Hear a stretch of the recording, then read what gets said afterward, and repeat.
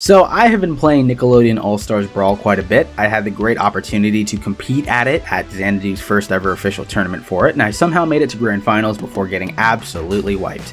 And I can say as of right now, I'm having a lot of fun with the game to the point where I lose track of time whenever I play it because I'm just having so much fun figuring stuff out. The core mechanics are deep and refreshing and offer a lot of possibilities not only regarding combos, but also with defense and movement. It does have a lot of shortcomings, however, and I wanted to take this opportunity to go over the game and provide my thoughts in different aspects about it, going from the visuals and performance to sound to gameplay. So without further ado, let's get into it.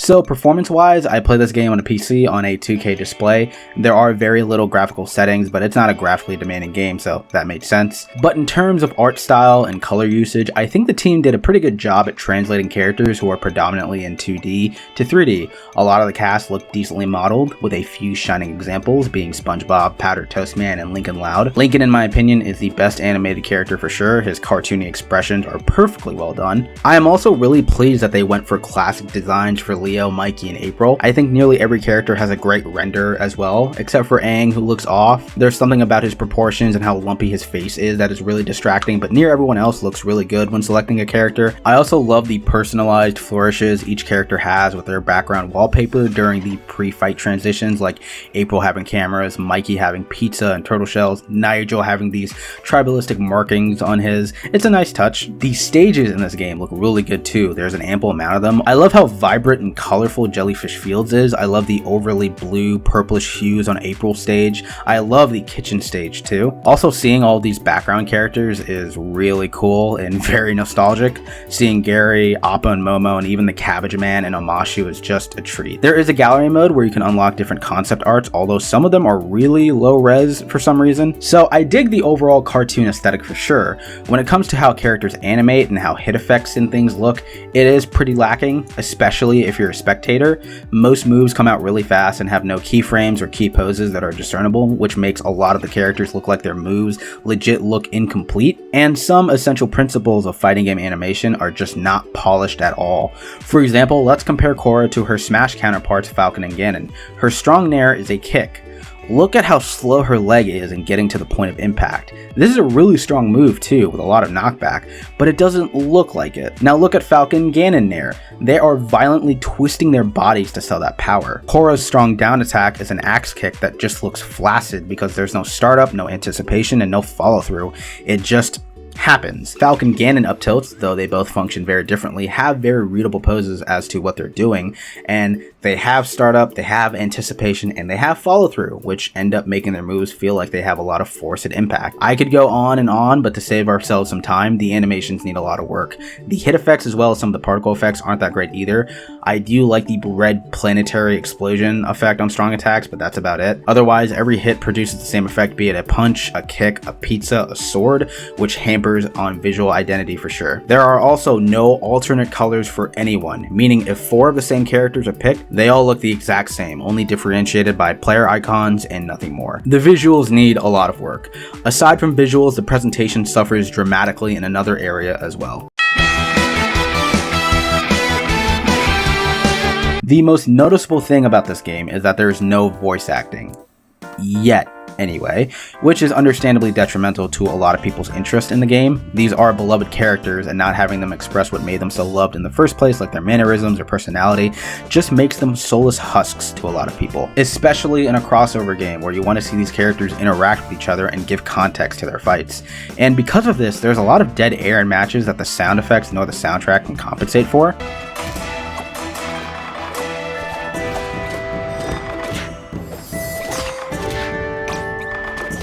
Similar to how I said every hit looks the exact same, every hit sounds the exact same as well. You will not find any traces of a slices of a blade, no rumbling of the earth shifting, and no metal clanking when getting hit by a camera. These are small, but extremely necessary details to enrich an experience. As for the soundtrack, most of the tracks play it really safe. Some do so to the point of being extremely dull, like the Glove World stage.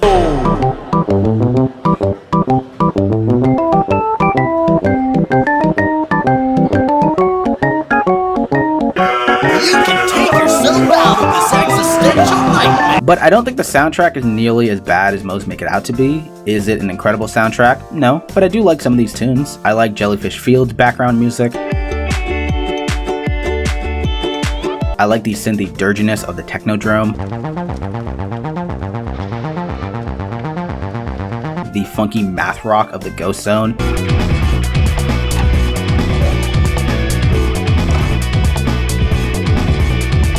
Traffic Jam has some nice jazz.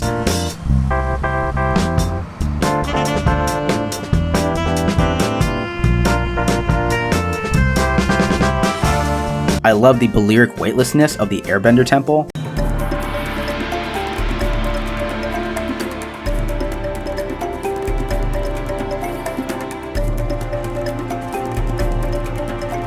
And I especially love the spiritual oriental epicness of harmonic convergence.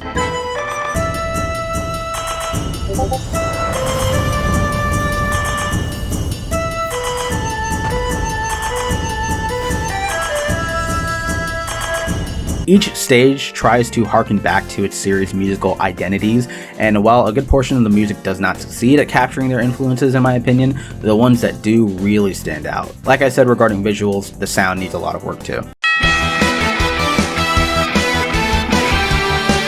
Before I get into the nitty-gritty of how the game plays, I wanted to go over the other content the game had to offer.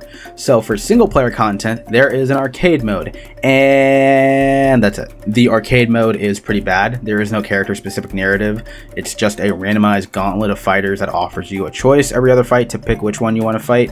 Characters have generic quotes before the fight, which again misses the opportunity to have them interact in meaningful ways. The rewards for completing an arcade run is an icon, some gallery artwork, and background music for the jukebox. There is a sports mode where you can pick different kind of balls, all with their own properties, with the objective of scoring on the opposition's goal, and it's pretty fun, admittedly. The plankton ball is heavy-ish, making strong attacks the way to go. You can't grab a soccer ball, so you have to hit it in precisely, and the football is meant to be grabbed and thrown as it travels best in a spiral.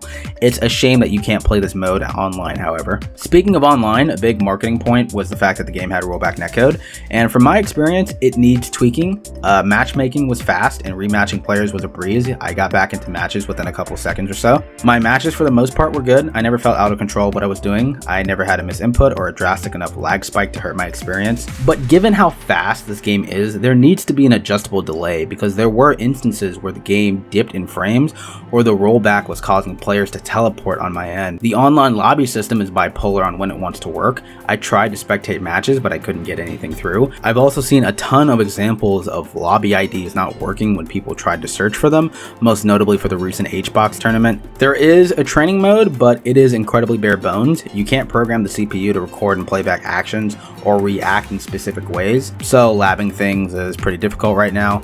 You can only set the CPU difficulty and nothing more. There are in-game hitbox displays, which is nice, but the frame-by-frame feature is incredibly awkward to control and makes examining frame data manually quite a chore. There is also no combo counter to see if strings are true or not. Right now, it's very bare bones. But now we're going to talk about the gameplay itself. Despite the many shortcomings, is the gameplay good? Good enough to overlook all of these glaring flaws?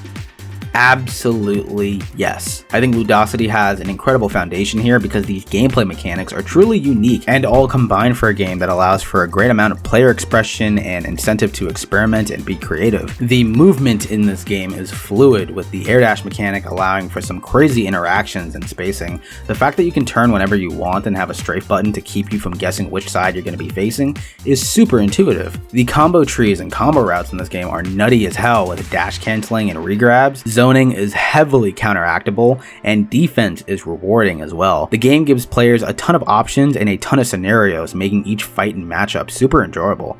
And most importantly of all, it plays super well. I have not experienced a misinput or a delayed buffer. Figuring out combos and how unique characters are despite having similar tool sets was genuinely super fun. But as it stands right now, even though the game is extremely fun, it is broke to all hell right now. There are easy 0 to deaths, infinite jab locks, stalling, hitboxes not consistently interacting with one another. This is me getting throw jabbed infinited to death because when you get down throwed, you can't tech it for some reason at low percents. I got killed so many times like this, it felt like fucking Groundhog Day. And I tried really hard to get out of it. I tried so many different methods to get past this, and the only times I got out of it is when the opponent grab did not connect at times, or the game randomly gave me an interval to air dash that it would not provide me at other times. In its current state, the gameplay has a lot of things to fix. But even then, considering how broke it is and how jank it is, I have so much fun when I play this game. So to conclude, this is a game that is so scant in its features and content, it's heavily unpolished presentation wise and technically, and the game balance currently can be easily exploited and manipulated. In short, this game is unfinished. It clearly needed a bigger budget, and it severely needed a lot more time to iron things out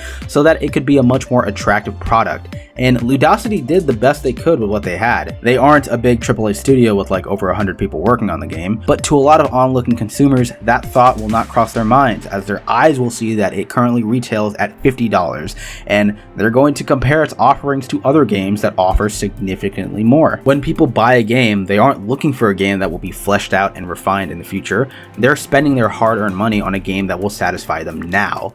Understandably, a lot of people will look at this game in its current state and won't see it worth the time or the price right now. But for me, this is an extremely fun game. Like I said, the foundation is fresh and exciting. I have not been able to put this game down. I bought it for $40 per the launch sale because I knew the circumstances regarding the game's development, and I wanted to support the devs because they are committed to fixing the game and adding more to it in the future. Those gameplay exploits that I mentioned earlier with infinite resets and stalling, while I was recording this video, they fixed those. They fixed those this week, 4 days after launch. So clearly the devs are paying attention and are listening to the community. I am confident that given time to update and patch the game, it will be the game the developers and the community wants it to be, and then some. This game has a truly bright future ahead of it, and with all that being said, I really like Nickelodeon All-Stars. Please like the video if you enjoyed it, dislike if you didn't, leave a comment down below. I would love to hear your guys' thoughts, and consider subscribing. Thank you so much for watching the video. I will see you guys next time.